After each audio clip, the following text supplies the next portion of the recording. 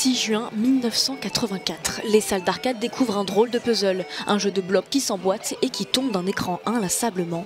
Tetris, l'un des jeux les plus populaires de tous les temps, fête ses 35 ans ce mois-ci. L'œuvre d'un programmeur soviétique, mais les droits appartiennent à son employeur de l'époque, un centre de recherche à Moscou. C'était quelque chose d'énorme à l'époque, et tout l'argent est allé à la Russie. Ce gros bloc bleu en grande discussion s'épate, un vrai dingue de Tetris, même la version des débuts.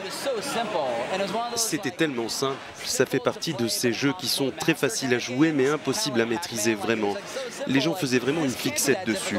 Il fallait aller le plus loin possible et jouer le plus longtemps possible. Donc c'était déjà un jeu de très grande qualité quand il est sorti. Une analyse que conteste le créateur du jeu d'arcade. Pour lui, l'engouement tient plus de la passion que de l'obsession. C'est une addiction saine parce que c'est une activité cérébrale très utile. Quand on joue à ce jeu, c'est bien mieux que de rester assis comme un légume devant la télé ou de regarder ce qui passe. Vous êtes actif dans ce jeu. D'après la Tetris Company, la version pour Game Boy s'est vendue à plus de 35 millions d'exemplaires dans le monde. Aujourd'hui, l'application mobile a déjà dépassé les 500 millions de téléchargements dans plus de 190 pays.